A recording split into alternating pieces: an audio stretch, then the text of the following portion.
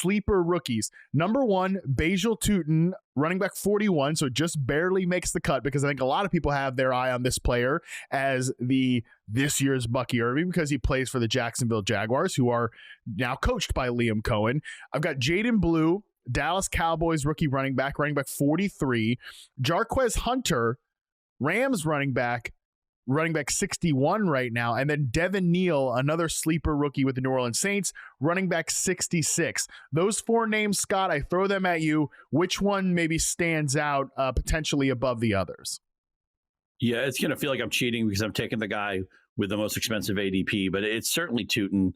You mentioned Coen, who was the architect behind the Bucky Irving story last year.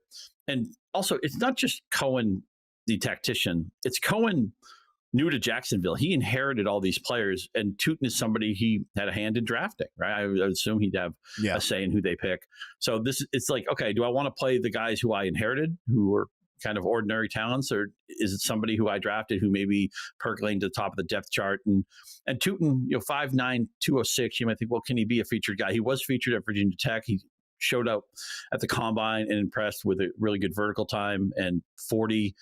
CJ Spiller is his player profiler comp, which I guess you could take as a negative or a positive. I'm going to view that as a positive.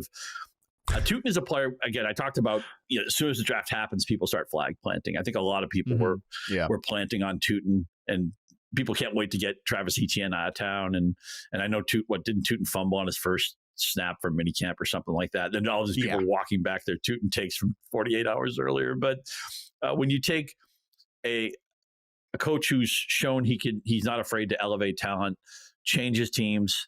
This is a guy he picked versus guys he didn't pick. The ADP is just outside the top 40, so it's the ADP kind of lines up. And I like the tape I saw from Tuten at Virginia Tech.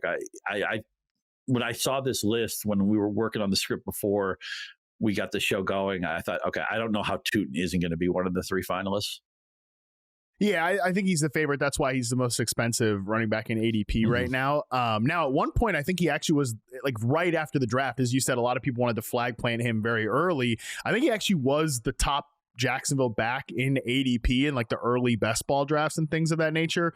But now that there's been some coach speak about Travis Etienne, they've said that he's going to be great in the screen game. He's a super important player for us. Liam Coen has said, I don't understand why there's trade rumors out there about Travis. We're really happy to have him in the building. He's now running back 35. So he's at least no longer the top Jacksonville back going off the board as Bhayshul Tuten. But he's a guy that, speaking of flag plants, James Gladstone, the GM of the Jacksonville Jaguars, who, really loves to talk, he said that he actually brought up Tuten in his interview to be the Jacksonville Jaguars GM as a player that he would like to target. Now, they also wanted to draft RJ Harvey before Sean Payton got up there and got his guy very earlier than people expected. He took RJ Harvey. So, it does that doesn't mean that Tuten's going to be the starting back for the Jaguars, but a flag plant player for the front office, certainly fits within the ethos of a round 4 rookie, just like Bucky Irving, who maybe doesn't profile as like an obvious feature back, but really exciting player is Tuten. EJ Snyder was on the show at the Combine with us talking about him as a very, very talented back who